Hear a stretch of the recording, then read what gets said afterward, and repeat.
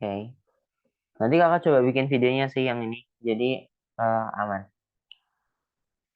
Oke, makasih udah reminder. Sekarang kita lanjut. Nah, kalau misal ada bentuk seperti ini ya. 1/A-1. Ini tuh sama dengan apa berarti? 1/1/A gitu kan. Nah, ini kali ini, terus yang bawahnya kali ke atas, jadi ini akan sama dengan A gitu. Makanya ini bisa pindah ke atas ya, teman-teman. 3A kuadrat, A pangkat min satunya ini akan pindah ke atas, jadi A gitu. Pindah ke atas dan menjadi pengkali gitu ya. Nah, ini berdasarkan sifat eksponensial yang ini kan, karena absisnya udah sama, maka kita dapat 3A pangkat 2 ditambah 1 gitu ya. 3A pangkat 3 gitu. Oke, sekarang kita coba kerjakan yang D. Sampai sini ada yang mau tanyain? Kalau ada yang mau tanyain, langsung apa ya, intervensi aja ya teman-teman. Soal D, kita coba sederhanakan soal D.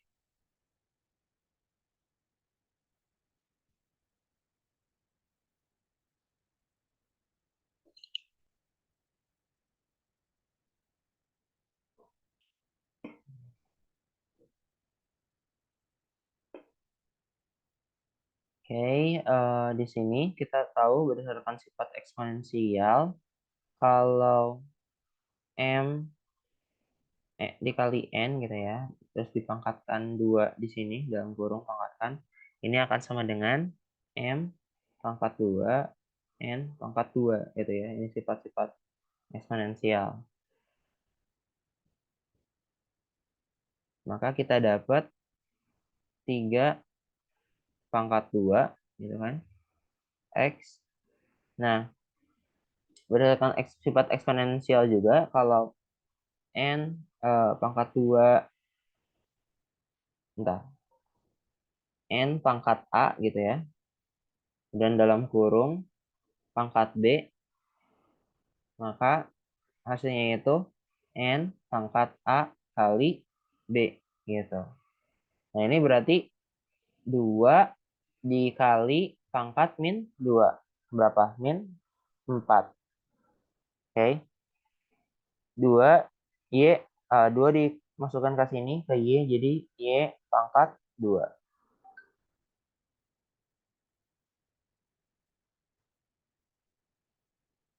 Oke, di sini 2X pangkat 2 Y.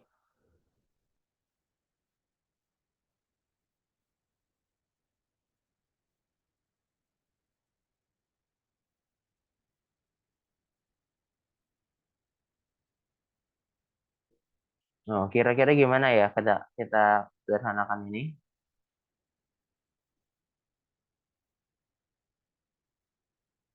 Ini bisa 2X kuadrat kali Y. Y-nya naik ke atas, jadi Y min 2, ya kan? Berdasarkan sifat eksponensial yang ini. Kemudian X-nya, sorry. Ya udah, nggak apa. X-nya naik juga ke atas. Yang awalnya negatif, dia kalau naik ke atas jadi positif.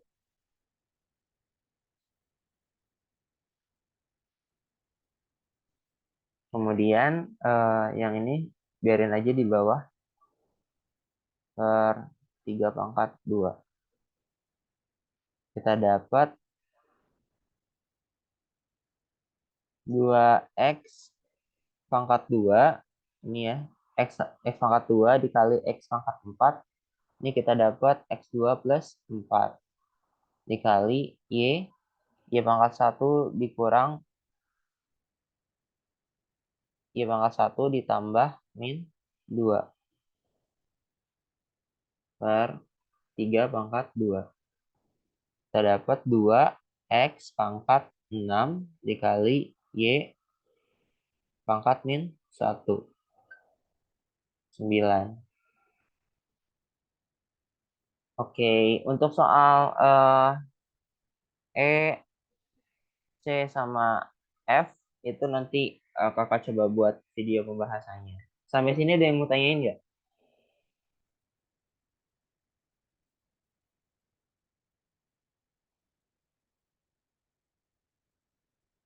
Oke, kalau nggak ada, kita coba jawab soal selanjutnya ya, responsif selanjutnya. Bentar, kakak coba cari dulu soalnya.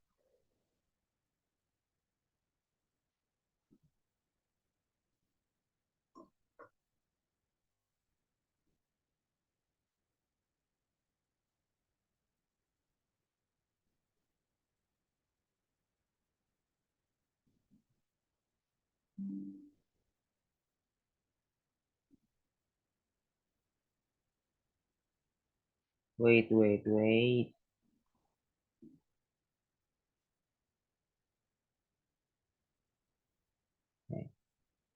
Oke. Nah, ini soal responsi yang selanjutnya ya. Nah, di sini ada soal lanjutan dari sifat-sifat eksponensial ya, teman-teman. Ini harusnya udah dipelajari juga pas SMA. Oke, kita langsung saja kerjakan soalnya.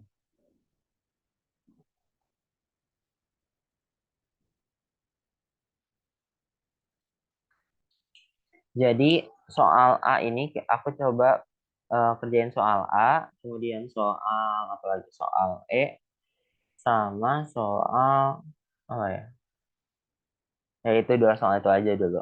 Nanti untuk sisanya eh, aku coba jawab lewat video aja ya. Oke, soal A ini tuh apa ya namanya? Kita mencari X yang memenuhi kedua persamaan ini ya, teman-teman. X yang memenuhi persamaan ini. Berapa X-nya agar ruas kiri sama dengan ruas kanan gitu kan, sederhananya. Maka coba kita tulis kembali aja. X plus 3 sama dengan 64 pangkat 2x plus 5. Oke. Nah, di sini kita bisa sederhanakan bentuknya seperti ini ya, teman-teman. 16 itu kan berapa? 2 pangkat 4 ya. Nah, ini kali x plus 3. Oke. Kemudian 64 ini 2 pangkat berapa? 2 pangkat 5 itu 32, 2 pangkat 6. 2 pangkat 6 kali 2x plus 5. Oke, sampai sini ada yang bingung nggak? Jadi kenapa di sini tuh dibikin 2 gitu ya?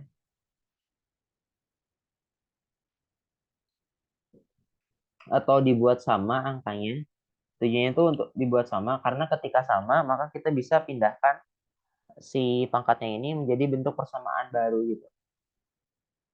Syaratnya si absisnya, kedua absis ini harus sama gitu.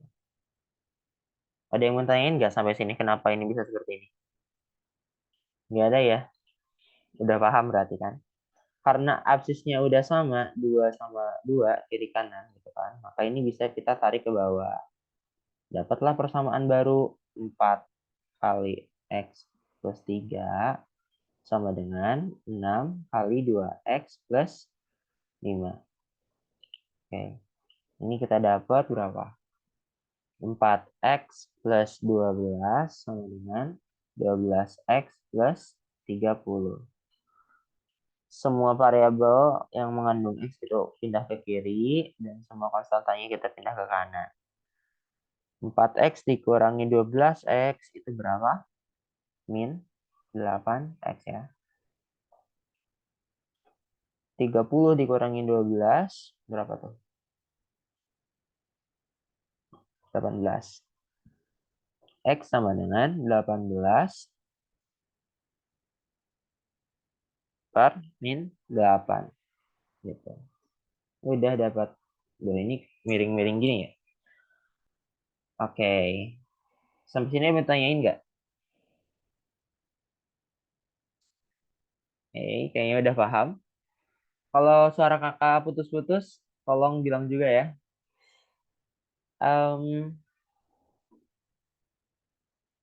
Oke. Nah, soal E sekarang. Coba kita kerjakan soal E. Ini juga sama. Kita cari X-nya harus berapa sehingga ruas kiri sama dengan ruas kanan. Gitu kan?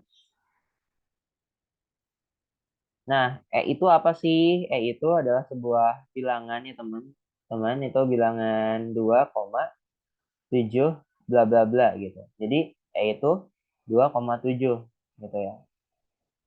Jangan kaget ketemu E gitu ya. E itu cuma 2,7 sekian. Oke. Nah, coba kita tuliskan E pangkat X kuadrat plus 5X tambah 6 sama dengan 1. Oke. Nah,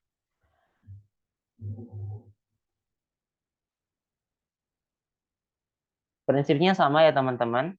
Untuk bisa menyelesaikan soal ini, kita harus ubah si kedua absis pada kedua ruas itu harus sama gitu. Di sini ada E, di sini ada 1. Nah, berdasarkan sifat eksponensial, jika E pangkat 0 itu sama dengan, entar, bukan jika E pangkat 0 ya. Sesuatu bilangan dipangkatkan 0 akan sama dengan 1 ya.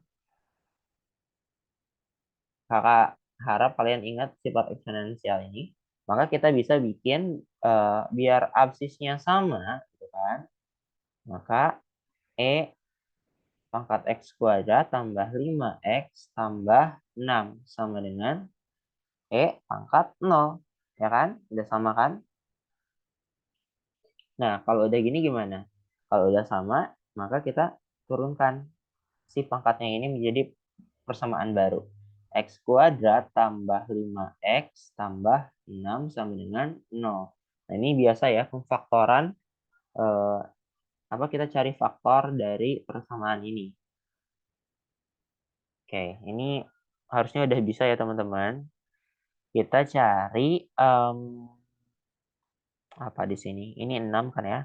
Kita cari faktor dari 6 yang ketika ditambahkan itu kedua faktornya. Dua faktor dari 6 yang ketika ditambahkan itu hasilnya 5 gitu. Berarti X plus berapa faktor dari 6 kan bisa 1 kali 6, 2 kali 3.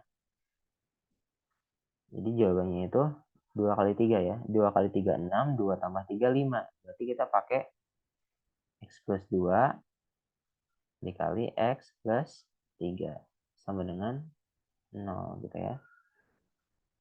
Maka kita dapat X-nya itu X plus 2 sama dengan 0 ya teman-teman. Karena ini kan ada dua bilangan kan, dua bilangan pangkal. Apa? X plus 2 sama X plus 3 ya kan. Ada dua apa ya di sini ya? Bukan dua bilangan sih. Intinya itu agar persamaan kiri ini bisa menjadi 0, maka X plus 2-nya kan bisa 0 atau X plus 3-nya bisa 0 kan. Karena 0 kali X plus 2 kan dengan 0 atau X plus 3 apa? X plus 2 kali 0, kalau X plus 3-nya 0, maka hasilnya juga 0 gitu kan. Maka kita bisa turunkan persamaan uh, ini menjadi seperti ini. Maka kita dapat X ini ya pindah ruas saja. Min 2. Kemudian X satunya lagi X plus 3 gitu kan. Sama dengan 0. Maka X-nya itu harus biar dia sama dengan 0, maka X-nya harus min 3 gitu. Oke, sampai sini ada yang mau tanyain? Kalau nggak ada, nanti untuk soal yang ini nanti kakak coba bikin videonya. Kita coba lanjut ke soal berikutnya. Wait, kakak coba apa namanya? Ambil soalnya dulu ya. Oke, di sini tentang grafik ya teman-teman. Nah, di sini kakak harap teman-teman bisa memperhatikan. Soalnya ini susah banget. Jadi fokus ya.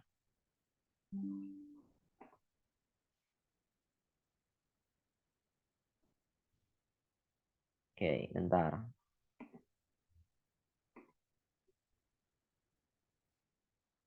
Nah, di sini.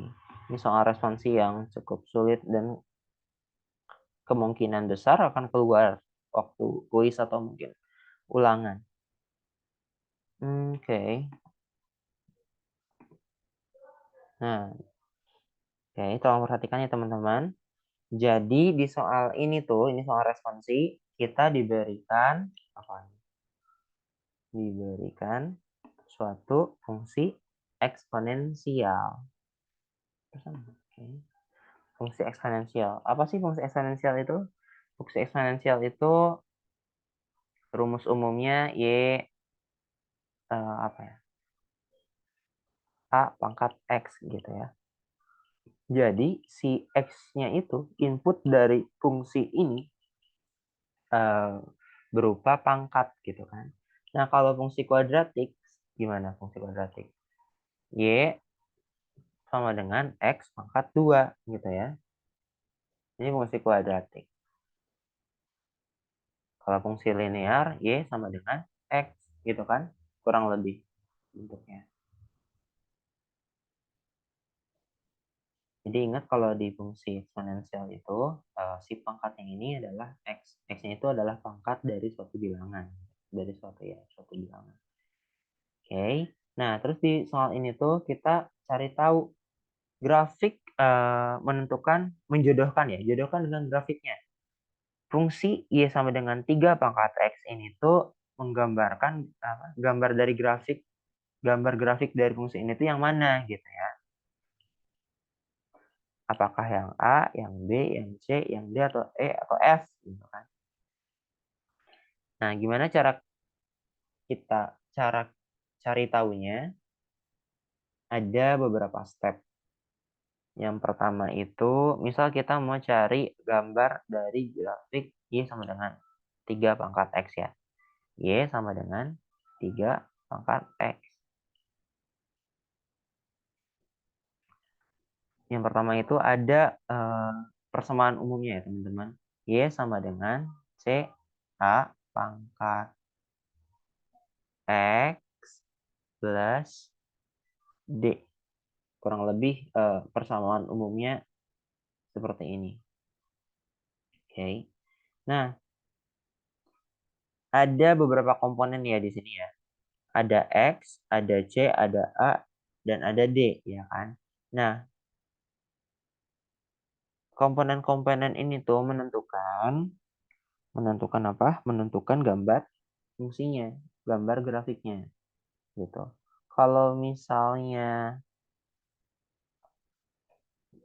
C-nya itu positif, terus X-nya itu positif, maka si bentuk apa namanya? Bentuk kurvanya itu kita bisa apa namanya? Prediksi dia akan C positif, X positif, positif, positif, maka dia akan bentuknya seperti ini, teman-teman. Gitu. Jadi bentuk kurva itu dipengaruhi oleh nilai C sama nilai X. Gitu.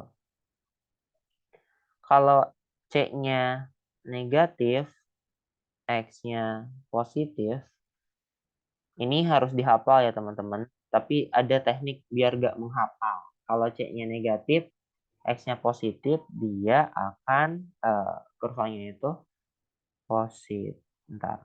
Negatif, positif, negatif, positif. Kurvanya akan seperti ini. Gitu.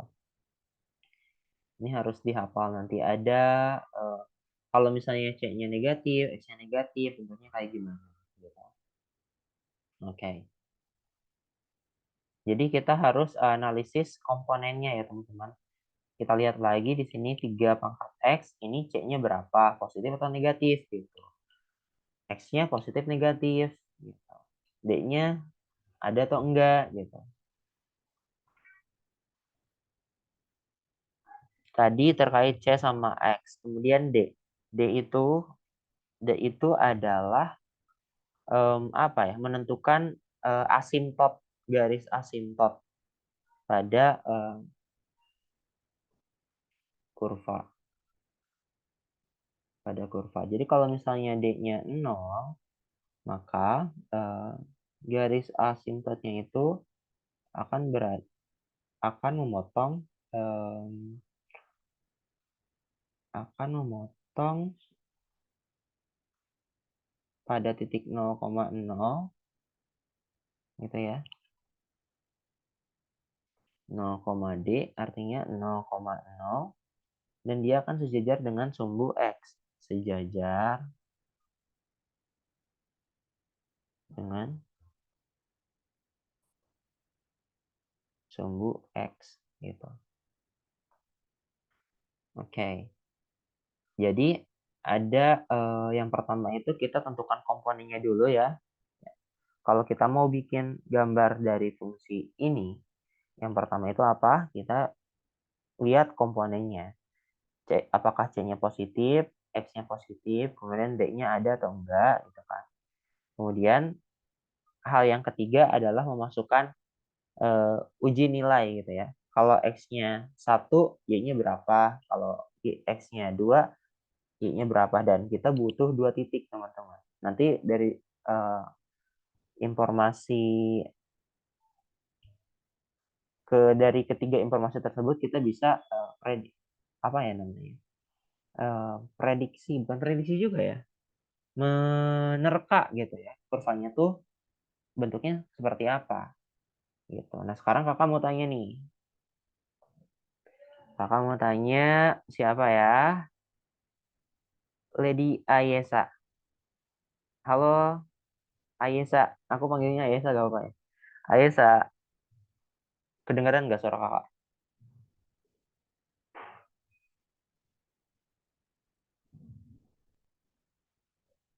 Oke, there's no response. Mungkin Denika, ada Denika gak? Atau ada yang mau volunteer gak?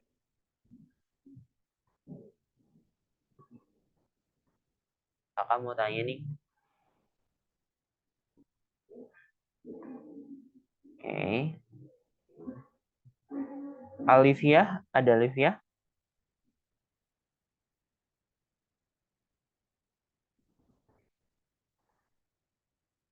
Halo Olivia. Oke. Oke, gak apa-apa. Kalau misalkan malu untuk apa ya? Untuk ditanya gak apa-apa. Kita coba jawab ya soal ini. Yang pertama kali itu apa? Identifikasi komponennya. Nah, ini 3X. Maka kita tahu bahwa X-nya ini positif ya, teman-teman. Kalau misalnya di sini negatif gitu ya, 3 pangkat min X, maka X-nya negatif gitu. Kalau nggak ada apa? Nggak ada simbol negatif di X-nya, maka X-nya kita asumsikan positif gitu. Kemudian C-nya. C. Nah, di sini kan C kali A gitu kan. Nah, C-nya ini nggak ada kan. Bukan nggak ada ya teman-teman. Di sini ada 1 ya. 1 kali 3 pangkat X. 1 itu adalah bilangan positif. Oke. Nah,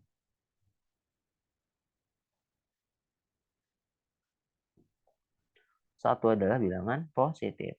Kita dapat komponen X sama C. Kedua komponen ini ingat menentukan bentuk kurvanya gitu ya. Kemana. Kayak gimana, sorry. Nah, selanjutnya D. D-nya itu di sini nggak ada ya teman-teman. Kalau ada dia akan seperti ini. Misal 3 pangkat X tambah 5. Nah, ini D-nya sama dengan 5 gitu. Karena di sini nggak ada, maka D-nya adalah 0 gitu. Oke, paham nggak sampai sini teman-teman?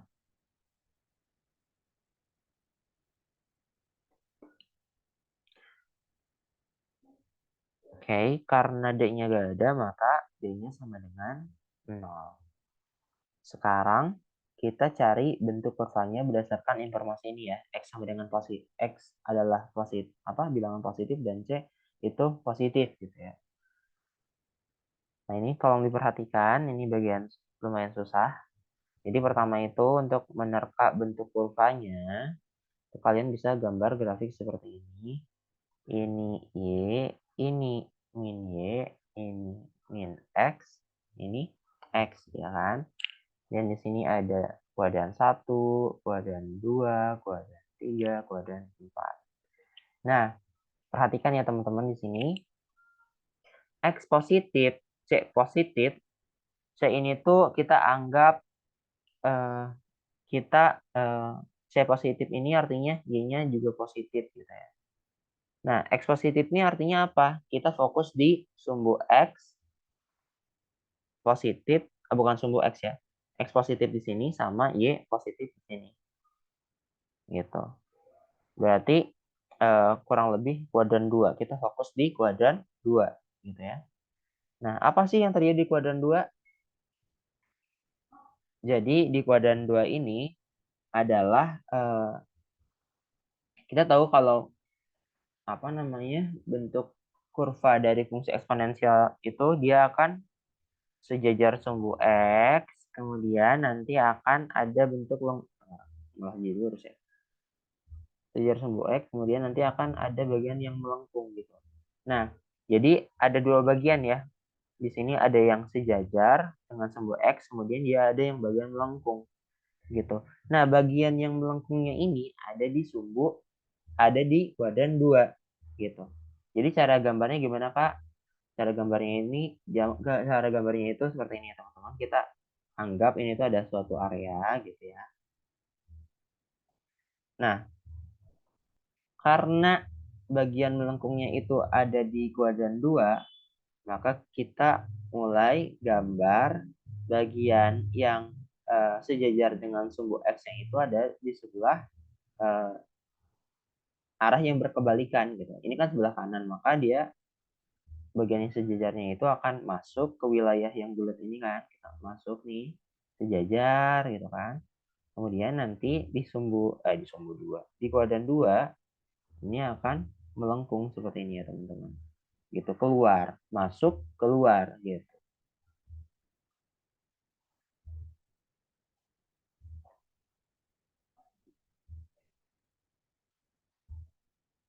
Boleh gak Kak seperti ini? Boleh ya teman-teman.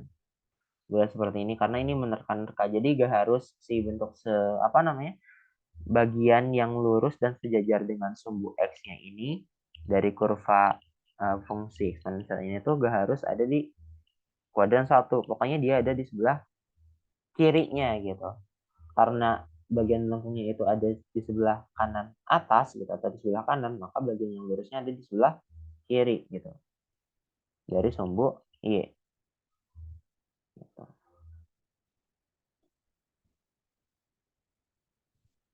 Oke, maka kita tahu, coba kakak ulangi lagi ya. Karena X positif, C positif, dan C positif itu sama dengan C positif, maka kita fokus di kuadran 2. Gitu kan, X positif, kita pilih dulu X positif di mana sih? Ini kan X positif. Kemudian Y positif di sini, kita tandai gitu ya, X positif, Y positif. Nah, artinya di kuadran 2 ini adalah bagian melengkung dari kurva fungsi eksponensial, kurva fungsi eksponensial. Nah, karena yang bagian melengkung itu ada di kuadran 2, maka bagian yang lurusnya itu dari kurva tersebut akan berada di sebelah kiri sumbu Y gitu. Dan dia akan bagian lurus dan sejajar dengan bentuknya lurus dan sejajar dengan sumbu X gitu ya. Dia akan masuk gitu kan ke diagram kartesis ini, kemudian pada titik tertentu, bukan pada titik tertentu, ketika udah nyampe kuadran 2 dia akan melengkung. Tadi masuk, sekarang melengkungnya itu akan keluar. Ini harusnya melengkung ya, bukan? Melengkung keluar seperti ini ya teman-teman. Oke, awal-awalnya itu susah dipahami mungkin ya, Kalau misalnya susah dipahami, gak apa-apa. Kalian cukup hafalin aja ini ya, teman-teman. Kalau bentuk kurvanya. Bagian melengkungnya akan kemana? Nah, ini aku coba tulis dulu ya. Kalau X-nya itu negatif, C-nya negatif, gitu ya. Gambarnya, kurvanya kan seperti kayak apa? Kan ada Y, ini min Y, ini min X, ini X, ya kan? Karena X-nya negatif, C-nya negatif, maka kita fokus di, kita tandai dulu ya, X negatif, maka negatif X ini kita buletin, C negatif, artinya kan Y-nya negatif juga, maka Y negatif kita tandain. Nah, maka bagian melengkung dari kurvanya itu akan berada di kuadran 1, 2, 3, 4, ada di kuadran 4 gitu kan. Oke, karena ada di sebelah kiri sumbu Y gitu kan, si bagian melengkungnya itu, maka bagian yang lurusnya ada di sebelah kanannya gitu ya. Maka lurus, dia akan lurus dan sejajar dengan sumbu X, kemudian setelah di kuadran 4, dia akan masuk lurus sejajar dengan sumbu X, kemudian dia akan melengkung dan keluar dari diagram Kartesius ini ya, keluar dari wilayah ini gitu. Nah, itu kalau X negatif, C negatif. Yang belum apa ya? C positif, C negatif yang belum, bentar. X negatif,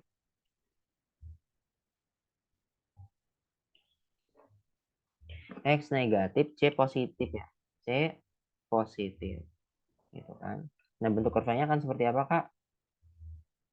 Ini kalau mau tanya langsung itu aja ya. Apa namanya? Interupsi.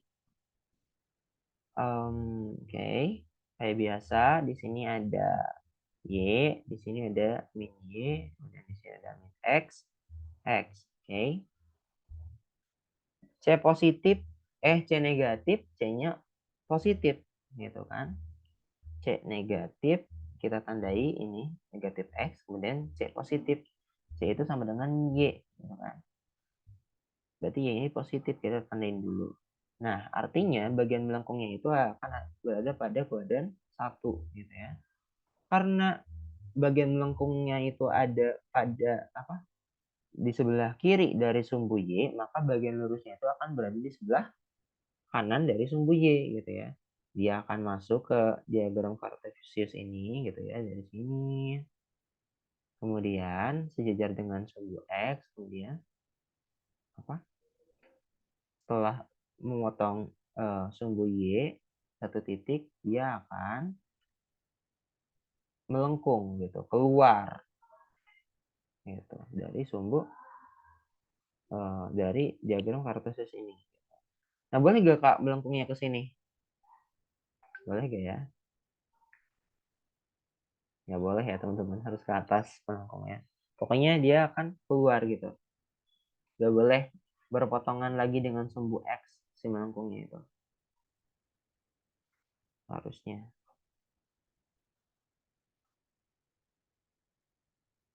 Oke.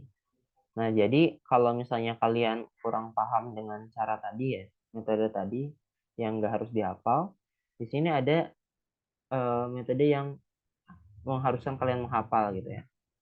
Kalau misalnya C positif, X positif, dia apa namanya, kurvanya akan seperti ini gitu ya, lurus dari kiri, kemudian kanan atas gitu ya, melengkung kanan atas. Nah, kalau C-nya negatif, X-nya positif, dia akan seperti ini.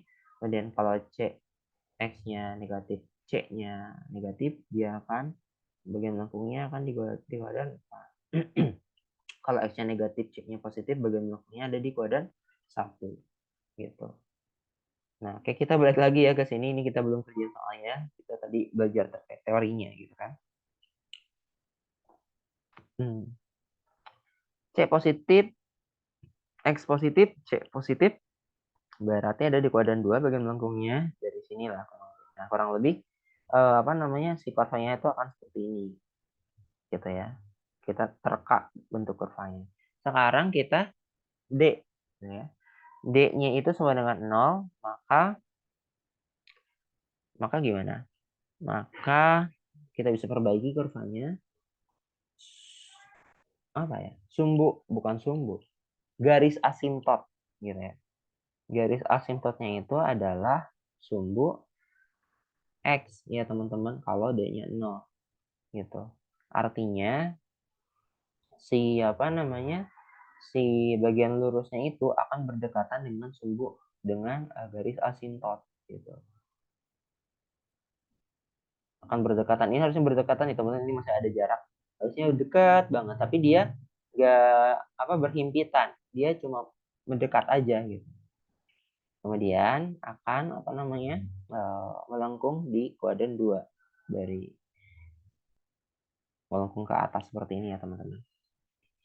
Gitu. Kalau misal asimptotnya itu 1, kalau asimptotnya 1 maka ini kan rumusnya 0,D maka 0,1 gitu.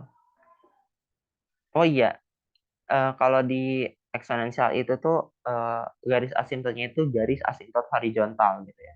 Kalau di logaritmik, fungsi logaritma, yaitu garis asimptotnya itu adalah asimptot vertikal. Horizontal asimptot, vertikal asimptot. Oke. Okay.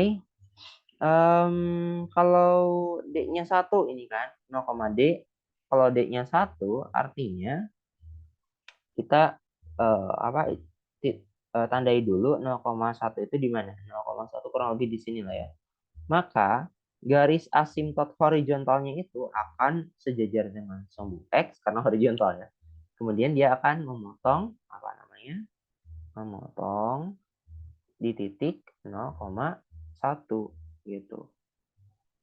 Nah, kemudian karena X positif C positif, maka dia akan berdekatan dengan garis asimptot ini bagian yang lurusnya. Kemudian nanti ketika ada di kuadran 2 akan melengkung ke atas seperti ini ya teman-teman. Oke, kita kembali lagi ya. Karena berapa? Karena apa? Karena aduh, kepencet.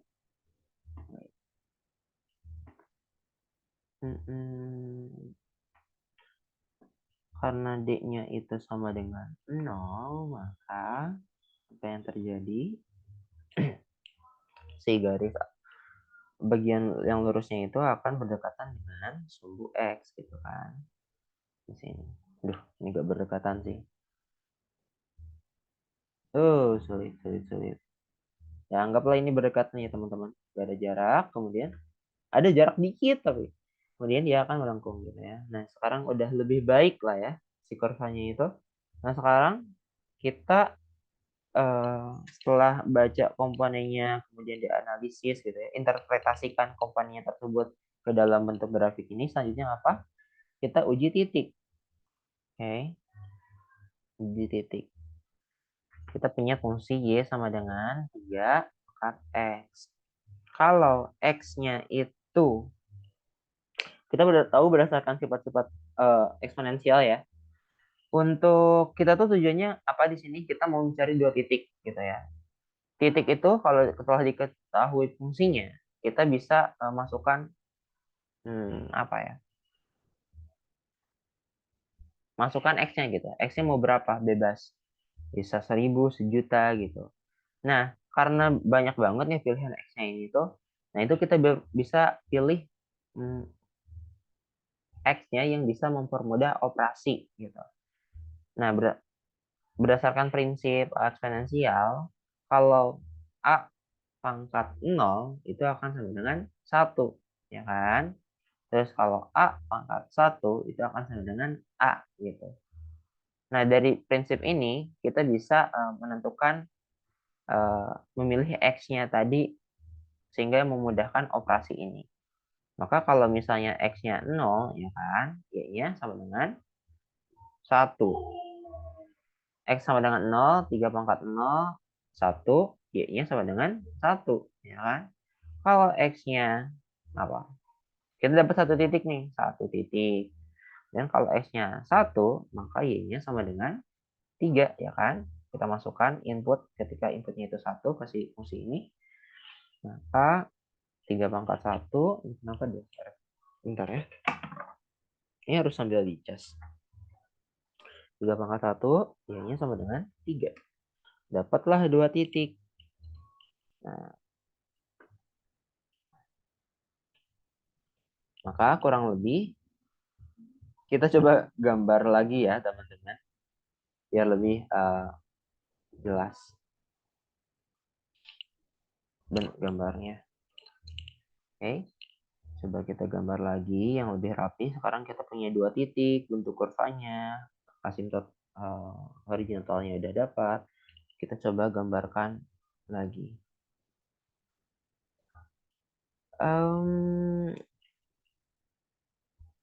X0, 0, X ya, 0,1, 0,1 kurang lebih di sini lah ya. 0,1, 1,3. Ini di sini 3, ini 1.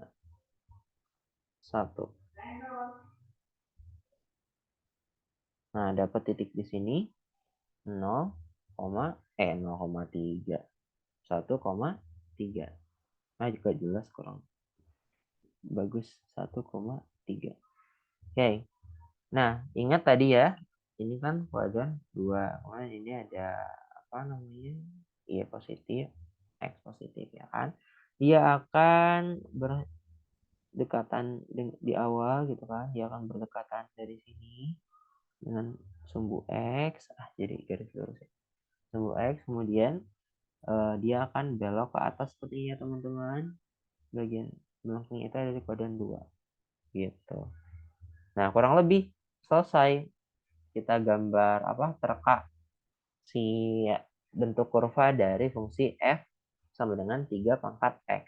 Nah, sekarang kita coba cocokkan ya. Yang mana sih? Oke, yang mana? Nah, sini udah kelihatan ya. Kurang lebih kayaknya yang ini atau yang ini ya. Nah, sekarang kita lihat. Kita baca grafiknya. Jangan sampai salah nih. Udah capek-capek bikin menerka grafiknya tapi gak tahu cara baca grafiknya. Oke. Di sini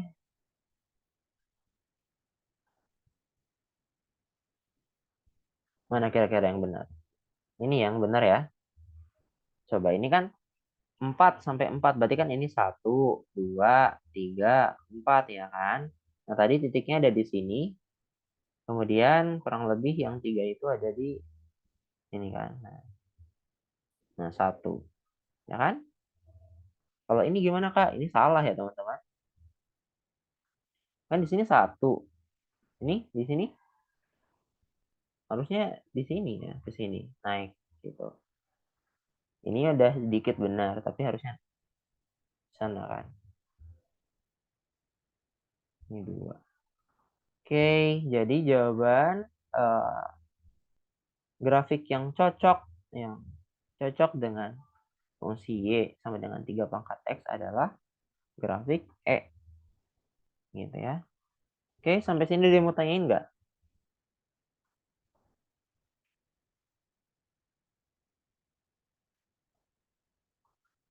Kalau nggak ada, kita coba lanjut ke yang 9. Oke, soal 9. Misalnya agak beda nih. 9 atau 4 ya? 9 atau 4? 4 deh. Kita coba kerjakan soal 4. Kita tentukan grafik dari Y sama dengan 3 pangkat X plus 1. Oke, di mana ya? Ramai banget sih. Di sini aja deh.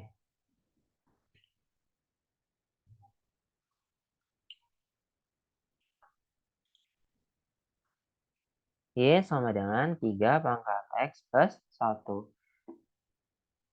Di sini kita tujuannya ngapain? Bikin grafik ya, menerka grafik dari fungsi Y sama dengan 3 pangkat X plus 1. Hal yang pertama harus dilakukan adalah identifikasi komponennya. Oke, ingat ya, Y sama dengan CAX plus D gitu. Nah, ini kita tahu dari sini C-nya itu positif, ya kan? Ini 3-nya ini A kan. Tapi di sini harusnya ada A 1 gitu kan. 1 kali 3 itu ya 1 kali 3 pangkat X plus 1 ya bilang itu sendiri kan ya. Dan satu ini adalah C. Satu ini adalah C dan satu ini adalah positif gitu. Kemudian apa lagi? X-nya ya. X-nya itu positif negatif. Kalau ini adalah positif ya teman-teman. D-nya nggak ada. Maka D-nya sama dengan 0. Ya. Oke. Positif. D-nya sama dengan 0. Kurang lebih ini sama ya teman-teman. Tapi ada sedikit yang membedakan. Nah, kurang lebih nanti ketika gambarnya maka akan seperti ini ya. Akan melengkung di kuadran 2 seperti ini. Nah, ini mirip sama soal yang tadi ya. Tapi yang membedakan di sini pangkatnya plus 1. Oke. Tanpa berlama-lama lagi, kita tahu bahwa bentuknya akan seperti ini ya. Dia akan apa namanya? Berdempetan dengan sumbu X, kemudian akan melengkung di kuadran 2. Melengkung bukan garis lurus ya. Kalau garis lurus itu linear, dia melengkung. Di sini apa? Y min X, X. Oke. Selanjutnya mencari 2 titik. Nah, di sini tolong perhatikan lagi ya, menggunakan sifat-sifat eksponensial. Kita tahu bahwa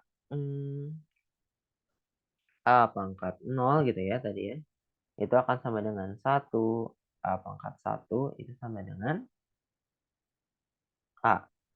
Ya kan? Maka kita coba lihat yang ini ya.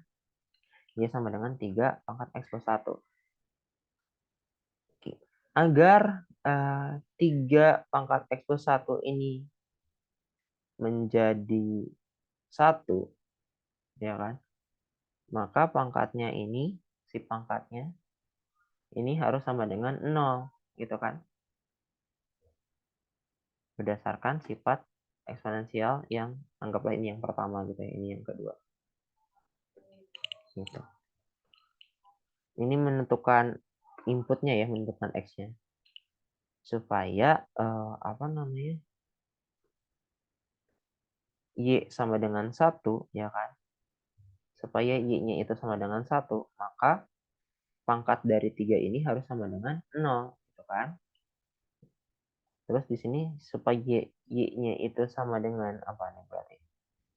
Sama dengan 3, maka pangkatnya ini harus sama dengan 1. Oke, sekarang kita fokus yang pertama ya. Supaya Y ini sama dengan 1, maka pangkat dari 3 ini harus sama dengan 0. Pangkat 3-nya itu harus sama dengan 0, maka X plus 1 sama dengan 0. X sama dengan min 1. Ya kan? Kalau X-nya sama dengan min 1, maka Y-nya sama dengan 1. Nah, sekarang tadi ya, Y sama dengan 3, maka pangkat dari 3 ini harus sama dengan 1. X plus 1 pangkatnya itu harus sama dengan 1. Maka X-nya sama dengan 0, ya kan? Kalau X sama dengan 0, maka Y-nya sama dengan 3. Oke.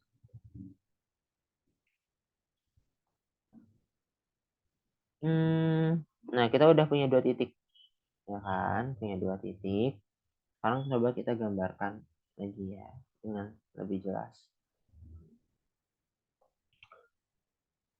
Y min X, X. Oke.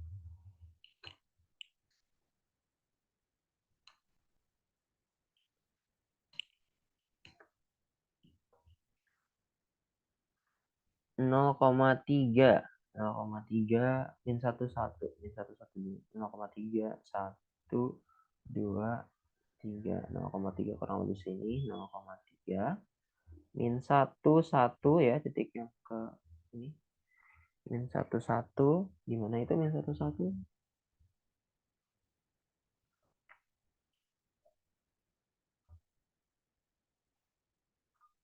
Di sini ya teman-teman. Min 1 titiknya di sini. Oke. Karena bentuknya seperti ini, maka kita gambar lagi ya teman-teman. Dari sumbu X sejajar, gitu kan. Sejajar dengan sumbu X dan berdekatan dengan sumbu X karena D-nya 0. Kemudian dia, ini jangan putus-putus gini ya teman-teman. Lurus, kemudian bukan lurus ya, gak putus-putus, kemudian dia akan naik gitu kan, memotong di min 1, titik min 1,1, kemudian memotong di sumbu Y di titik 0,3, kemudian naik ke atas seperti ini. Nah, sekarang kita coba lihat opsinya. Yang mana kira-kira? Yang ini ya teman-teman. Ini kan min 1 ya kan? Terus ini ini 1. Ini 0. Ini 2, ini 3. Ini 0,3. Nah, ini apa namanya? Min 1,1. Gitu. Sesuai. Jadi jawabannya grafik yang cocok untuk nomor 4 ini adalah grafik F. Oke, itu terkait grafik. Untuk soal selanjutnya, kalian bisa, di sini juga penting ya teman-teman. Kalian bisa sebenarnya bikin soal sendiri dan jawab sendiri, gitu. Memvalidasi jawaban kalian juga bisa pakai aplikasi Desmos. Bentar, kakak tunjukin dulu aplikasi Desmos.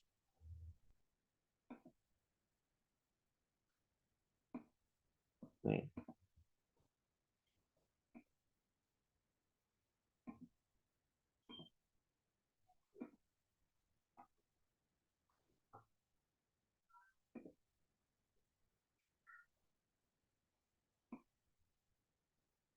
Nah, di Desmos ini teman-teman, kalian bisa bikin soal sendiri, kemudian validasi jawabannya sendiri.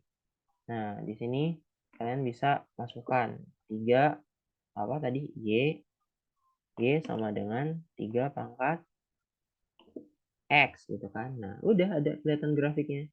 Dia akan memotong di mana? 0,1. Kalian sesuaiin aja gitu. Kalian juga bisa misalnya ini plus gitu bukan gitu. Gimana sih? Gitu sih. Oke, bentar. X plus gitu. Misal 2 kali X pangkat 3 pangkat 2 X gitu ya. 3 pangkat 2 X. Nah, kayak gini kurang lebih kurvanya kan. Kemudian di sini kalau misal kalian bikin soal 3 apa lagi? 3 pangkat X plus 5 gitu kan. Nah, maka kurvanya akan seperti ini gitu. Kalian bisa uji kurvanya di Desmos ya, teman-teman. Desmos.com. Kalian bisa apa ya namanya? Latihan soal di sini dan validasi jawabannya sendiri juga bisa. Oke.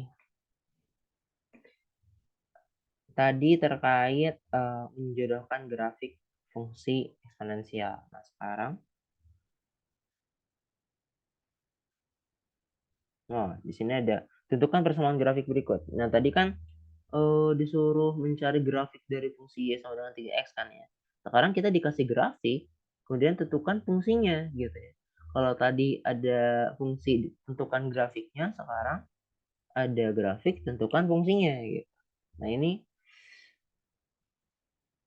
kemungkinan besar ada juga sih nanti di ujian harusnya. Untuk soal ini kakak akan jelasin di video aja ya teman-teman. Nanti kakak bikin videonya. Waktu itu kakak pernah coba tapi ada sedikit keliruan, jadi kakak harus dikit apa ya, mencari mana yang keliru gitu. Oke. Nah, sekarang di sini lanjut ke soal berikutnya aja ya. Di sini ada sifat-sifat logaritma. Mungkin teman-teman udah pada lupa gitu ya terkait logaritma. Apa sih logaritma itu? Ini suara aku kedengeran kan ya?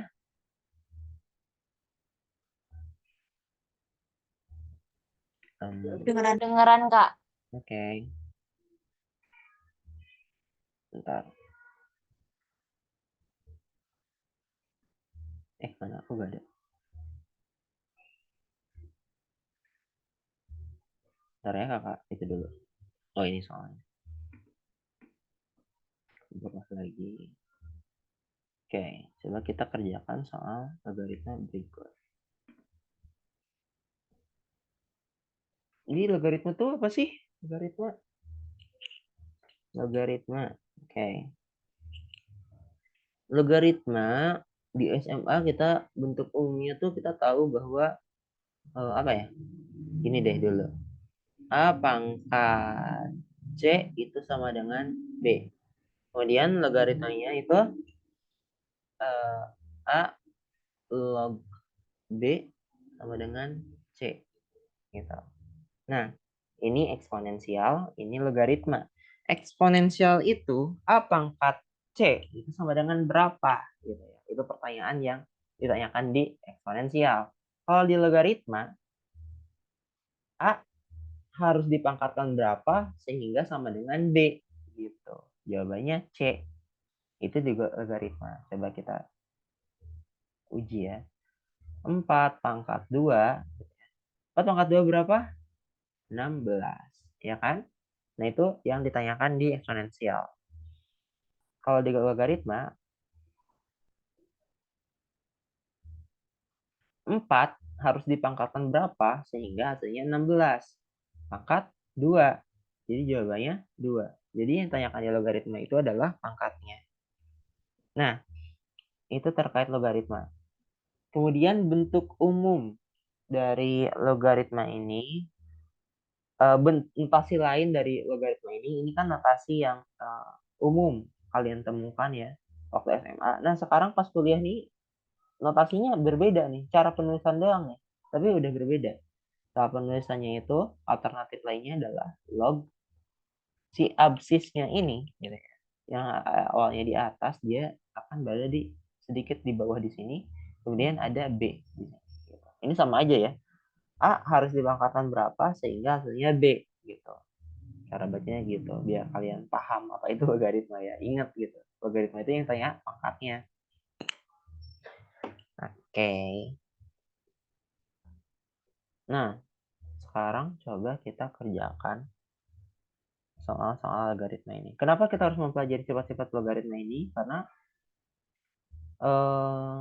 saat mengerjakan soal-soal cerita terkait aplikasi logaritma gitu ya, fungsi logaritma, kalian akan apa ya namanya? Berhubungan dengan sifat-sifat logaritma ini. Makanya diberikanlah soal sifat-sifat logaritma ini untuk membantu mempermudah kalian ketika mengerjakan soal aplikasi fungsi logaritma gitu. Kayaknya sih sifat-sifat logaritma ini harusnya mudah ya, dan kayaknya nggak keluar mungkin waktu kuis atau waktu ulangan karena ini dasar banget pas SMA gitu juga udah dipelajari kan. Jadi yang keluar itu kemungkinan besar soal aplikasi logaritma itu sendiri ya, soal cerita gitu. Suatu masalah nih, dikasih suatu masalah kemudian modelkan masalah tersebut menggunakan fungsi logaritma gitu. Misalnya seperti itu. Nah, tapi coba kakak mau ngajak kalian untuk refresh ya. Ingatan kalian terkait logaritma. Oke, mulai dari mana nih? Dari mana ya?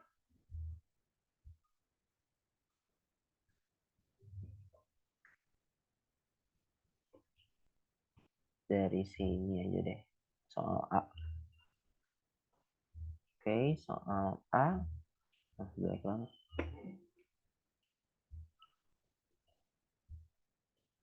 10 pangkat.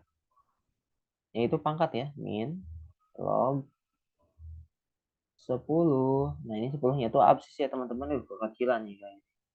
10 kecil sini. Berapa tadi? 1 per X.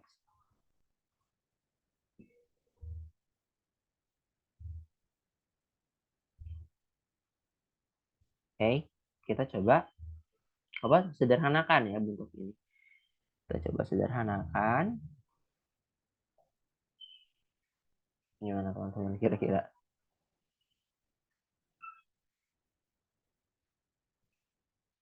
Ini kan berdasarkan sifat eksponensial, kita dapat bentuknya seperti ini harusnya. 1 per 10. Kakak maaf di aku layarnya masih PPT yang tadi, Kak. Wadidaw. udah panjang lagi ini, panjang lebar. Astaga. Oke, makasih udah ngingetin. Apa namanya ya? Bentar. Software. Waduh, ulangi lagi dong ini. Oke, makasih. Jadi, oke, bentar kok. Di sini ada eh, eksponensial, persamaan eksponensial, dan di sini ada logaritma ya teman-teman. Jadi di eksponensial itu kan yang ditanyakan berapa A pangkat C itu berapa gitu kan. Contohnya ini, 4 pangkat 2 itu berapa? 16. Nah, kalau di logaritma itu, cara bacanya gimana? A harus dipangkatkan berapa sehingga hasilnya itu B gitu. Maka hasilnya itu C. A harus dipangkatkan C agar hasilnya D gitu. Contohnya ini, 4 log 16, 4 pangkat berapa yang hasilnya 16, 4 harus dipangkatkan dengan 2 gitu kan. Nah, supaya hasilnya 16. Gitu. Dan notasi dari logaritma ini tuh ini kan notasi mana? Udah ada. Ini bentuk yang kalian temukan waktu di SMA. Nah, ketika kuliah itu notasinya ya teman-teman. Cara penulisannya itu agak berbeda. Di sini absisnya kan ditaruh di atas sini. Nah, sekarang absisnya itu di kuliah itu biasanya ditaruh di bawah sini ya teman-teman. Sedikit di bawah dari logaritma. Uh, simbol log ini. Simbol logaritma. Kemudian di sini ada B gitu. Ini sama aja bacanya teman-teman. Uh, A harus dimakan berapa sehingga hasilnya B gitu kan. Sehingga hasilnya B maka A harus dimakan C gitu. Nah, sekarang kita tadi mau ngerjain soal A. Soal A. Oke, ini berdasarkan sifat eksponensial gitu kan. Yang A pangkat min 1 itu sama dengan 1 per A gitu kan. Makanya bisa kita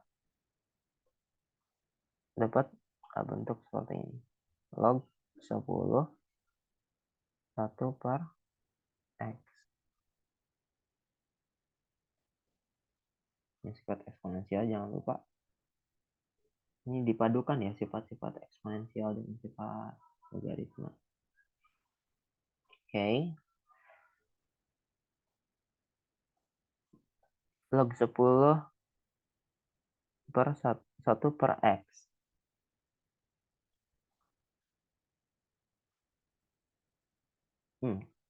Kayaknya jangan gini deh. Sorry. Saya nggak usah.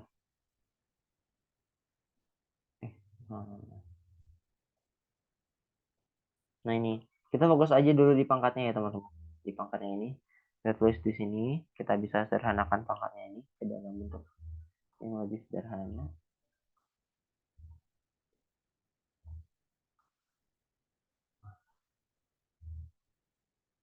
Nah, 1 per X ini kan itu ya, 1 per X itu sama dengan apa berarti? 1 min X pangkat min 1 ya, berdasarkan sifat eksponensial. Maka kita dapat min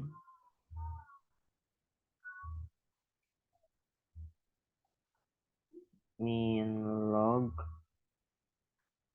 10 X pangkat min 1.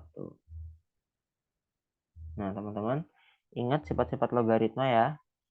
Kalau misal tadi balik lagi. ini ya, 4 log 16 gitu. 4 log 16 ini kita bisa ubah bentuknya seperti ini. 4 log 4 pangkat 2, ya kan? 16 kan 4 pangkat 2 ya. Ini hasilnya 2 kan? Nah, berdasarkan sifat-sifat logaritma,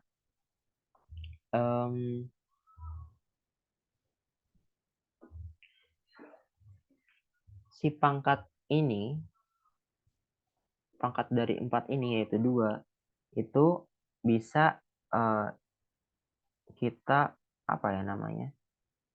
Pindahkan posisinya menjadi pengkali. 2, 4 log 4, ya kan? Sama dengan 2. Nah, jadi yang awalnya pangkat, dia akan pindah menjadi koefisien dari 4 log 4. Gitu kan? Berdasarkan sifat-sifat logaritma nih. Maka 2 kali 4 log 4. 4 pangkat berapa yang hasilnya 4? 1 kan? Maka 4 log 4 itu hasilnya 1. 1 dikali 2 hasilnya 2. Gitu. Nah, dari sifat-sifat logaritma itu, maka kita juga dapat di sini ya teman-teman, pangkatnya ini akan menjadi kali. Gitu ya. Berarti min 1 kali min log 10x. Ya kan? Maka dapat negatif dikali negatif, positif log 10x. Gitu. 10 harus dipangkatkan berapa sehingga hasilnya x? Ya, nggak tahu ya teman-teman. 10 harus dipangkatkan berapa yang hasilnya x. Maka ini nggak bisa diselesaikan. Ini udah bentuk paling sederhana. Oke. Nah, kita udah dapat pangkat bentuk paling sederhana. Maka kita balik lagi ke atas ini ya. Ini gelap banget ini. Kita naik lagi ke atas. Coba hapus dulu.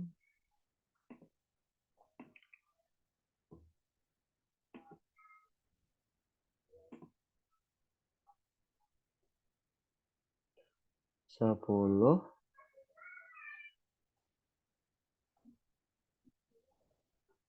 log sorry 10 log 10. Jelek banget sih. 10 log 10. Jelek. Sorry. Udah lama gak pakai ini. 10 pangkat log 10. Terus apa? X ya. Di sini ada X. Ingat ya teman-teman, ini gak boleh sejajar ya. 10-nya harus ada sedikit di bawah gini. Oke, ini udah bentuk paling sederhana. Nomor A udah selesai. Sekarang kita coba soal nomor E ya teman-teman. Nanti untuk soal-soal yang lainnya kakak coba jawab di video. Log 6.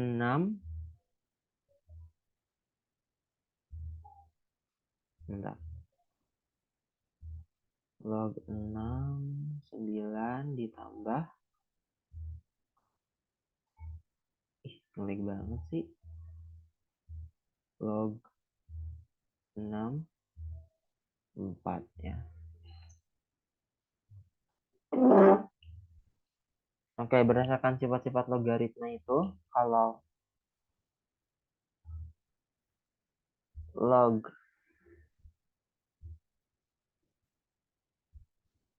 A M kali N, itu kan, itu akan sama dengan log A M tambah log A N, gitu. Ini berdasarkan sifat-sifat logaritma. Berarti kalau misal suatu logaritma dengan basis yang sama itu ditambah, gitu kan, maka dia akan si M sama N ini akan menjadi kali gitu. Ataupun sebaliknya, kalau bentuknya seperti ini kita bisa pecah itu dari perkalian menjadi penjumlahan gitu.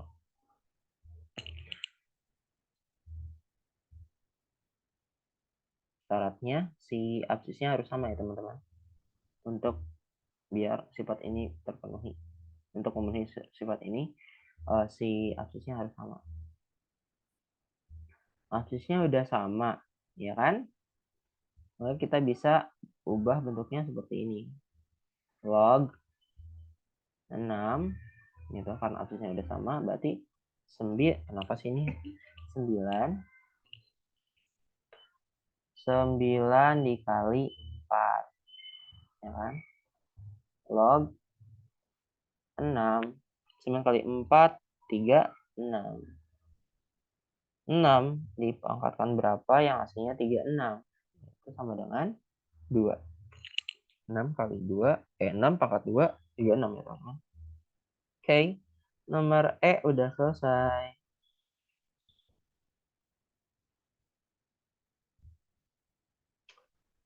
Nomor berapa lagi ya? Udah deh itu dulu ya.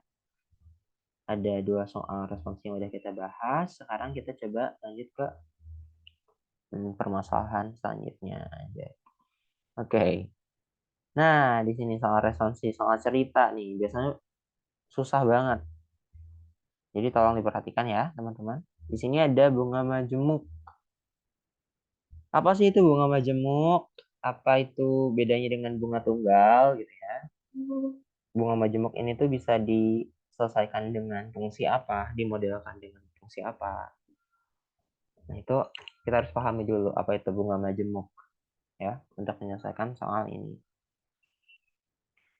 Jadi singkatnya mungkin ya, nanti untuk penjelasan lengkapnya itu ada di video apa namanya? Nanti aku coba bikin videonya. Singkatnya itu untuk mengerjakan soal ini ada beberapa rumus-rumus yang harus kalian hafalkan gitu. Setelah itu saya harus emang dihafalin, yaitu rumus fungsi eksponensial terkait bunga majemuk, kemudian terkait depresiasi gitu ya, investasi, kemudian yang dibayar tiap tahun sekali dan tiap beberapa kali dalam setahun gitu. Jadi ada 2 rumus yang harus kalian hafalkan gitu. Nah, rumusnya itu coba kakak tulis ya. Coba kakak. Kalian belum lihat soalnya ya? Oh no, belum diganti share screen-nya. Oke, bentar kakak stop. Wait.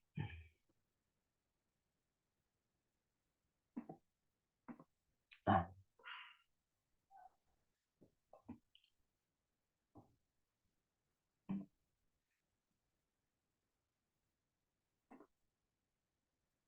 mana. Nah, cakep. Nah, udah kelihatan lah ya. Di sini soal responsi terkait bunga majemuk. Ada rumus yang harus kalian hafalkan. Oke. Jadi bentar kakak pindah dulu. Ada di sini. Nah, ini nih. Jadi ini rumus dari bunga majemuk gitu ya.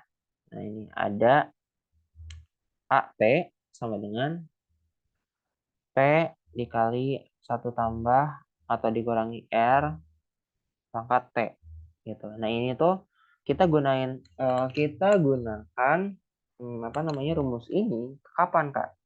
Ketika si bunga itu dibayarkan tiap 1 tahun sekali.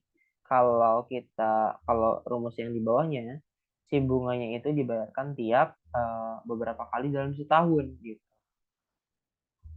Gitu ya. Nah, kemudian di sini bisa positif atau negatif. Kenapa bisa positif atau negatif? Kalau positif itu ketika kasusnya itu investasi atau bunga gitu ya, sistem bunga bank. Kalau negatif itu berlaku ketika kasusnya itu depresiasi. Nah, mungkin kalian nggak paham apa ini depresiasi gitu ya. Siapa yang depresi gitu? Nggak, depresiasi itu nggak ada hubungannya sama depresi. Depresiasi itu adalah suatu fenomena. Contohnya itu kakak beli mobil gitu ya. Mobil seharga berapa? 100 juta di tahun sekarang 2024 gitu ya. Nah, kalau kakak jual mobilnya itu 10 tahun ke depan atau 20 tahun eh, di 20 tahun yang akan datang, maka harga mobil saat ini dengan 20 tahun nanti gitu kan akan menurun kan ya teman-teman. Nah, menurun itu disebut dengan depresiasi gitu. Karena mobilnya entah dipakai gitu kan sama kakak terus mengurangi ya fungsi-fungsinya jadi semakin jelek karena sering dipakai kan. Kemudian perawatannya juga mungkin kakak males bersihin jadi jelek dan harganya bisa menurun drastis kalau perawatannya gak baik ya kan. Nah, itu yang disebut dengan depresiasi, Mbak. Depresiasi itu terjadi pada barang-barang elektronik biasanya ya. Nah, berapa penurunan harga pada mobil tersebut itu terjadi secara eksponensial gitu. Karena terjadi secara eksponensial, maka dimodalkan dengan fungsi ini, teman-teman ya. Dengan catatan yang awalnya positif, itu jadi negatif. Gitu. Oke. Nah, jadi apa sih AT gitu kan? P-nya itu apa? Nah, ini ada penjelasan. Jadi AT adalah total uang. Jadi kan ini fungsi ya teman-teman. Fungsi itu ada inputnya itu T ya kan. Outputnya itu adalah apa namanya? AT gitu kan. Nah, sekarang di sini ada penjelasan terkait outputnya si AT ini dan T dan inputnya. Outputnya itu dari fungsi ini adalah total uang yang diterima setelah disimpan selama T tahun yang bunganya dibayarkan satu kali tiap tahun dengan bunga sebesar R% gitu ya, R%, dengan R% per tahun dengan menyimpan uang sebesar P. Nah, P. P ini kenapa P? Karena pokok gitu ya, uang yang kita simpan, sejumlah uang yang kita simpan pertama kali di bank gitu ya. Atau harga mobil gitu ya kalau tadi awalnya harga mobil awalnya gitu. Sebelum mengalami depresiasi atau uang kita sebelum terjadi penambahan uang akibat bunga gitu ya. Kita kan motivasi kita pengen apa namanya simpan uang di bank karena apa? Karena bunga gitu kan. Nah, tapi mungkin bagi yang muslim nggak boleh kan ya bunga-bunga ini. Oke. Tapi itu sistem yang bank tawarkan biar banyak nasabahnya kan banyak yang menyimpan uang di bank dengan adanya bunga. Oke, tadi rumus ini ya teman-teman. Nah, yang perlu diperhatikan ini kita gunakan ini ketika si bunganya itu dibayarkan tiap tahun sekali gitu. Nah, kalau tiap beberapa kali dalam setahun gitu, maka kita gunakan ini. Jadi AT gitu ya, kita fokus ke rumus yang kedua. AT adalah total uang, outputnya dari fungsi ini adalah total uang yang diterima setelah disimpan selama T tahun yang bunganya dibayarkan tiap M kali dalam setahun. Berarti kalau misalnya tiap setahunnya itu dibayar tiap 2 bulan sekali, ya maka beberapa M-nya berapa?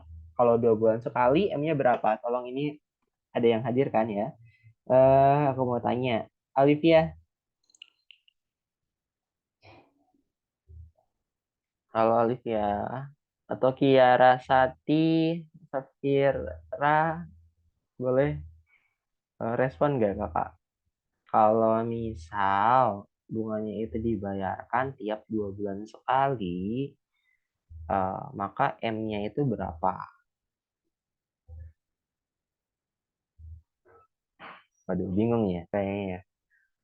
M-nya itu adalah 12, bukan 12 6 gitu kan. Karena dibayar 2 bulan sekali, maka tiap tahunnya itu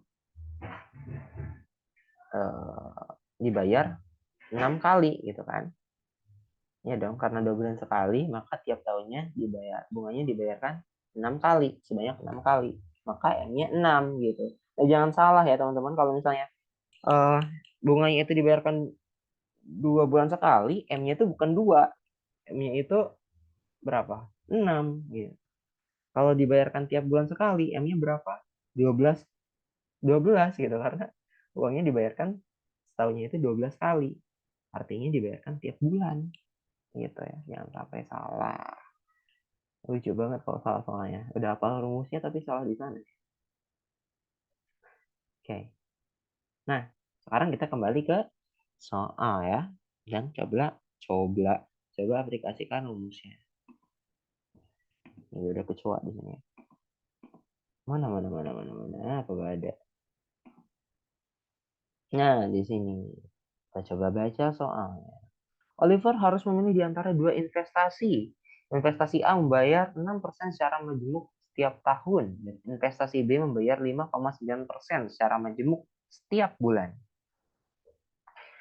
Jika dia berencana untuk menginvestasikan 100 juta selama 2 tahun, investasi manakah yang harus dia pilih? Berapa banyak bunga tambahan yang akan diperolehnya dengan mengambil pilihan terbaik? Gitu. Jadi si Oliver ini, ya, ini harus kita pahami nih soalnya. Oliver ini tuh mau investasi, terus dia dikasih dua opsi investasi kan. Yang satu investasinya dengan aturan tertentu gitu ya. Berbeda aturannya dengan investasi yang B. Kemudian dia bingung gitu. Harus pilih investasi yang mana nih? Yang A atau yang B? Yang dan dia harus tentunya mempertimbangkan keuntungannya ya teman-teman. Masa jadi apa namanya? Mana yang lebih menguntungkan gitu ya, investasi A atau investasi B dengan ketentuan-ketentuan yang telah disebutkan di wadidaw ada kecoa. Oke. Dengan ketentuan-ketentuan yang ada diinformasikan di paragraf ini. Oke. Nah, kita coba hitung investasi A gitu ya. Berapa bunga gitu ya atau keuntungan yang didapatkan dari investasi A. Bukan bunga ya, tapi apa ya? Berapa keuntungannya lah ya yang didapatkan Oliver kalau dia invest investasi A mau invest di A. Aneh banget ya investasi A. Investasi A. Oke. Investasi A ini membayar 6% secara menjemuk setiap tahun. Kalau setiap tahun, maka kita pakai rumus yang mana? Ayo yang mana coba? Yang ini ya. Kalau ini satu, ini dua, maka kita pakai rumus yang dua, gitu kan? Karena dibayarkan setiap tahun. Kalau tiap beberapa kali dalam setahun, maka kita pakai yang rumus dua. Oke. Investasi A. Rumusnya oh diket ya. Jangan lupa. Sorry.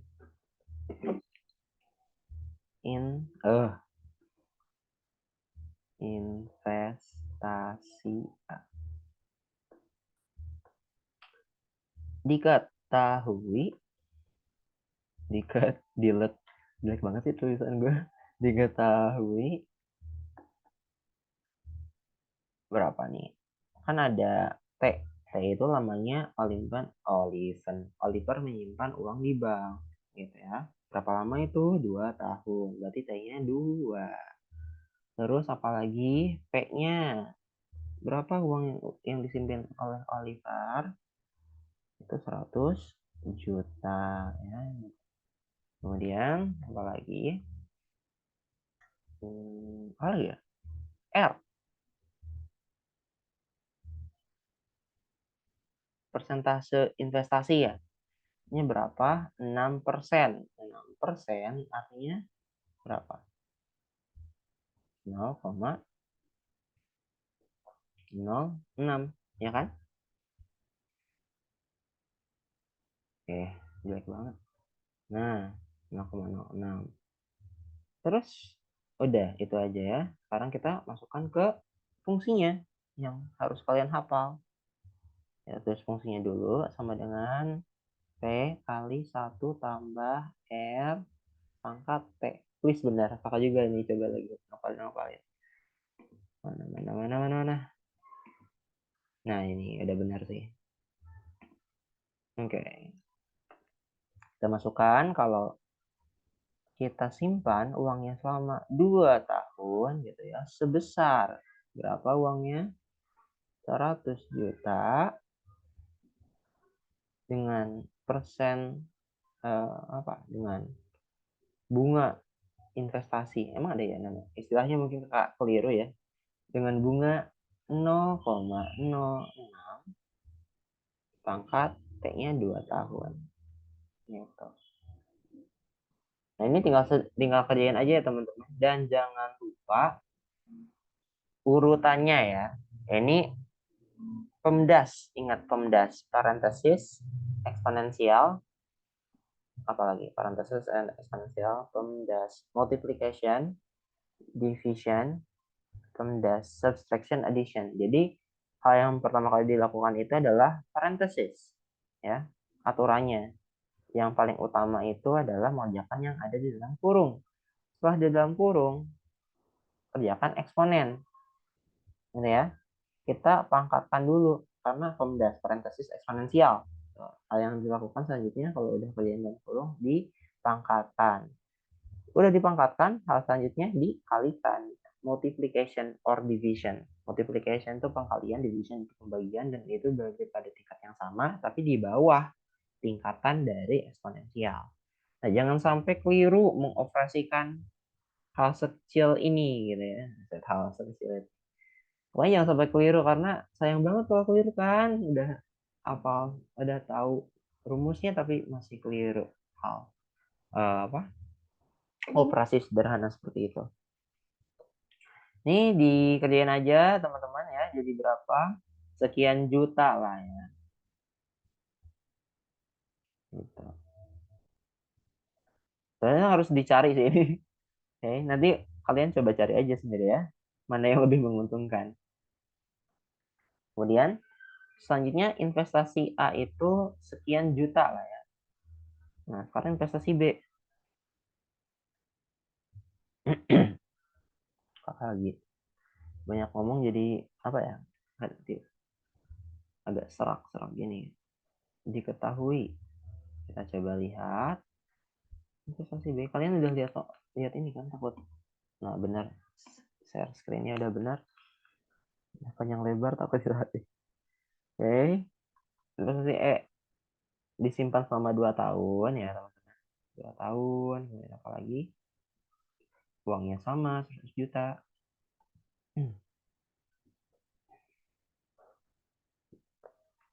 Kemudian R-nya agak berbeda ya teman-teman. Dia lebih kecil si bunga investasinya ini. 5,9. 5,9% itu artinya sama dengan 0,059 ya. Nah, ini karena tiap bulan artinya M-nya berapa? Berapa kali dibayarkan tiap tahun? Karena dibayarkan tiap bulan, maka dibayarkan 12 kali untuk 1 tahun. Maka M-nya di sini jangan lupa adalah 12 ya. Jangan sampai keliru. AT rumusnya sama dengan P1 tambah R dibagi M. Ini harusnya lebih bagus lagi ya. Pangkat M gitu ya. Tinggal masukin aja teman-teman. P-nya berapa? 2. Kalau misalnya uang disimpan selama 2 tahun sebesar 100 juta. 1 ditambah 0,059 dibagi 12. Nah, ini tolong kerjakan sendiri. Ini sekian juta lah ya. Nah, terus setelah di itu apa namanya? Setelah disederhanakan, dikalkulasikan, kalian coba bandingkan mana yang lebih menguntungkan. Investasi A atau investasi B? Investasi A atau investasi B gitu. Oke. Kita ada 10 menit lagi ya, teman-teman. Di sini sejauh ini ada yang ditanyakan nggak? Ada yang bingung? Halo, halo, halo, halo. Kak, itu yang Yang mana, yang mana, mana? investasi investasi B-nya Hah? M kali T nggak sih Kak pangkatnya? Oh iya, oh iya benar. Kali T. Ya pantesan kayak ada yang aneh gitu ya. Benar. Makasih banyak. Siapa tadi? Ini kali dua berarti ya. Nah, waduh. Apa ya udah malam. Oke. Yes ya kali T. Masa T-nya gak ada kan aneh juga. Mana sih? Nah, ini ada tuh. Oke, kayaknya aman deh. 10 menit lagi kita coba kerjakan soal mana ya? Tadinya soal apa nih? Waduh, model eksponensial. Hmm,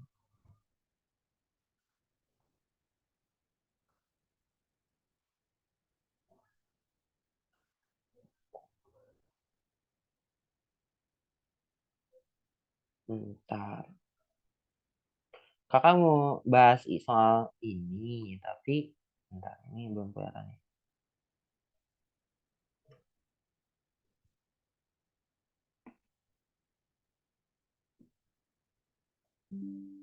Mana. Soal terakhir coba kita bahas. Nah, di sini model eksponensial. Jadi ada suatu masalahnya apa? Sebuah jaringan sel tumbuh mengikuti model eksponensial. Jika pada awalnya terdapat 500 sel dan menjadi 800 sel setelah 24 jam, berapa jumlah sel setelah 12 jam berikutnya. Oke. Nah, soal-soal seperti ini udah jelas ya di sini mengikuti model eksponensial, maka harus pakai fungsi eksponensial atau sesuatu yang bertumbuh gitu secara eksponensial, maka pakai fungsi eksponensial. Udah pasti jelas sih di sini ada tulisan eksponensial, jadi jangan bingung. Tapi yang bingung selanjutnya itu adalah gimana caranya gitu kan. Nah, jadi kita pakai fungsi. Fungsi itu adalah suatu alat gitu kan yang membutuhkan input sehingga menghasilkan output. Alat ini tuh kita misal fungsinya apa? Fx gitu ya. Fx. Nah, ini outputnya. Fx ini dipengaruhi oleh x gitu ya. Ditentukan oleh x-nya. Nah, kita definisiin dulu output dari alat ini tuh apa dan inputnya apa gitu kan. Harus paham nih. Jadi output dari alat ini adalah dia jika pada berapa jumlah sel. Nah, ini besarannya. Jumlah sel di mana jumlah sel ini ditentukan oleh apa?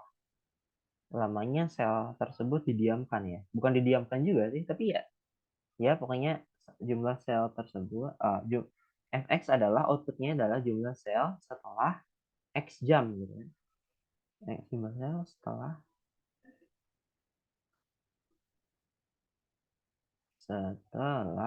x jam gitu kan.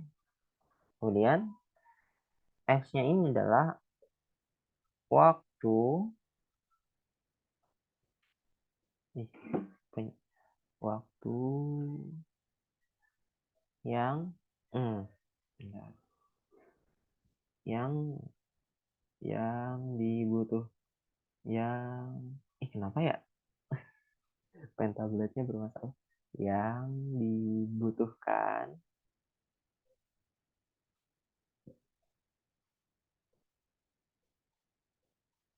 untuk apa? Oh, ini jumlah sel ini kan satuannya sel. Jangan lupa untuk apa namanya? Mencantumkan satuannya ya, besaran satuan. Waktu besarannya satuannya apa aja? Waktu yang dibutuhkan untuk apa? Eh, untuk menghasilkan sebanyak fx sel gitu kan. Waktu yang dibutuhkan untuk menghasilkan sebanyak ini kan fx sama dengan y kan. Output untuk menghasilkan ya Allah. Menghasilkan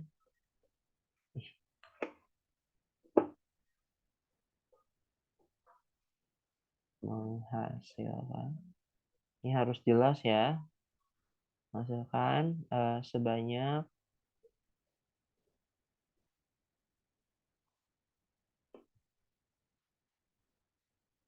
sebanyak Y sel gitu. Nah, ini harus kalian definisiin dulu output sama inputnya. Itu penting tuh. Alatnya itu tujuannya untuk mengetahui jumlah sel setelah X jam. Di mana jumlah sel ini dipengaruhi oleh waktunya. Waktu kan. Oke.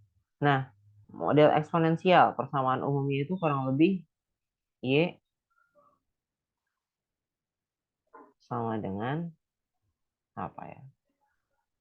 C kali A pangkat X. Gitu. Ini persamaan umumnya kurang lebih untuk memodelkan suatu permasalahan.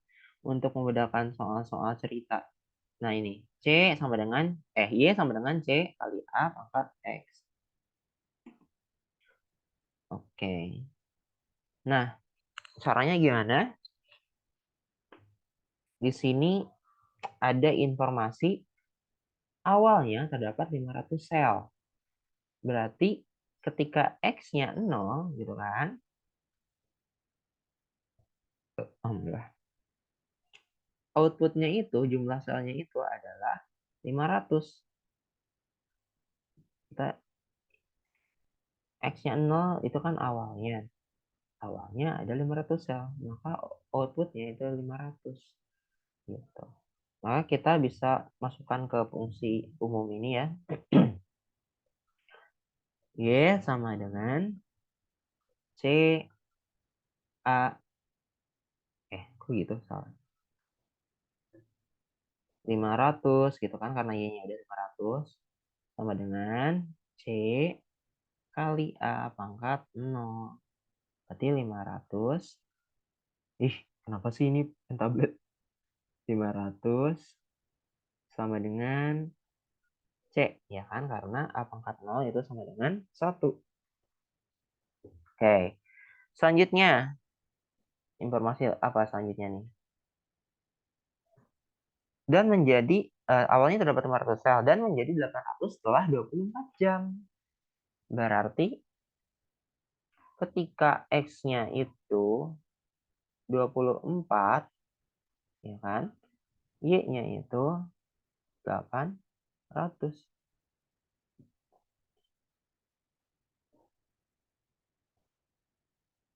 Nah, ini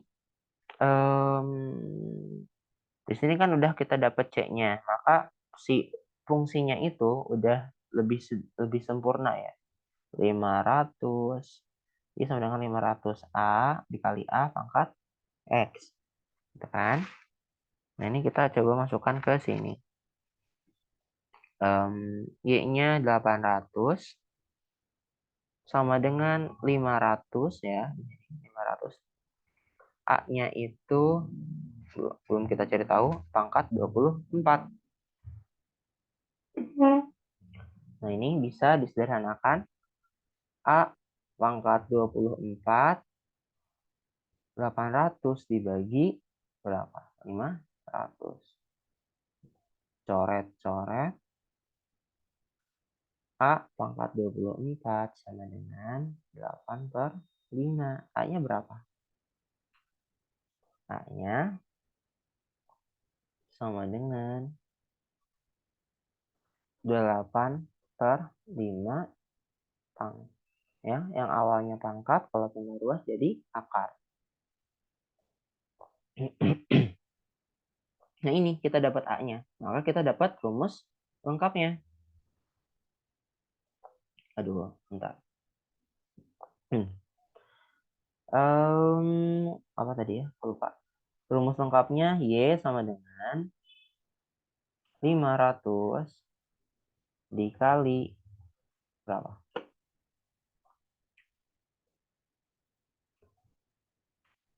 8 per 5, ya kan? Dan kurung. Nah, ini yang akar ini kita bisa berdasarkan sifat-sifat eksponensial 8 per 5. Ya. Akar 1 per 2, 4. Kok akar sih? Pangkat 1 per 2, 4. 1 per 2, 4. Apa di sini? X ya, jangan lupa. Nah, yang ditanyakan itu apa? Yang ditanyakan berapa jumlah sel setelah 12 jam berikutnya. Berarti tinggal kita masukkan 12 ke sini kan ya. Y sama dengan 500. Kalau X-nya itu, emang 12 jam. Nah, X-nya itu berapa berarti? Kan 24 jam. Awalnya 0, 24 jam. Terus 12 jam. Berarti X-nya 36 ya. X-nya itu 36. Jadi setelah 36 jam. 8 per 5. 1/24. 36 gitu. Nah, ini adalah jumlah sel setelah 36 jam gitu. Ada 500 kali 8/5 pangkat 1/2 4 kali 3 6. Nah, ini kalian bisa sederhanakan sendiri lah ya. Pakai kalkulator, pakai apapun itu. Ini ya jumlah selnya. Oke, ada yang mau tanyain nggak sampai sini? Ini boleh nggak kan nanti hasilnya seperti ini? Biasanya di opsi kan ini harus pakai kalkulator kan ya. Males banget kan ngitung. Biasanya di opsi soal nanti ada bentuknya juga kayak seperti ini gitu. Kayak misal A ini kan opsi A, B 500, ini ya 4 misalnya. Kalian pilih yang A ini ya gitu. Jadi gak harus pakai kalkulator. Biasanya baik. Oke, mungkin itu sih yang bisa kakak bahas untuk pembahasan soal tukal. Udah, nanti kakak coba bikin video lengkapnya ya untuk soal-soal yang belum aku bahas. Dan beberapa soal tukal itu lumayan susah juga, jadi tolong kalian lihat soal tukalnya. Oke, sampai sini ada yang mau tanyain nggak? Sebelum kita tutup, Aku aman, Kak. aman ya? Wow. Penjelasan kakak mudah dipahami kan ya? Gak apa kalau nggak mudah dipahami juga, ini kan ada recordnya. Nanti bisa lihat recordnya juga. Oke, kalau gak ada yang mau tanyain lagi, terima kasih yang bisa hadir untuk kali ini. Sebelum ditutup, kakak mau itu dulu, apa namanya? Eh, Kak, maaf, kakak oh ada ya, soal untuk kuis gak? Soalnya minggu depan kelasku ada kuis oh ada kedua. kuis ya. Ya, Hmm. Oh iya, udah mulai kuis lagi ya. iya Kak. Nanti coba aku cari deh soalnya. Kok sekarang aku mau dokum dulu. Nanti ya coba aku cari dokum. How. Oke. Makasih teman-teman yang sudah hadir. Semoga Kasih, Kak. bermanfaat. Ya, Kak. yuk. Bye.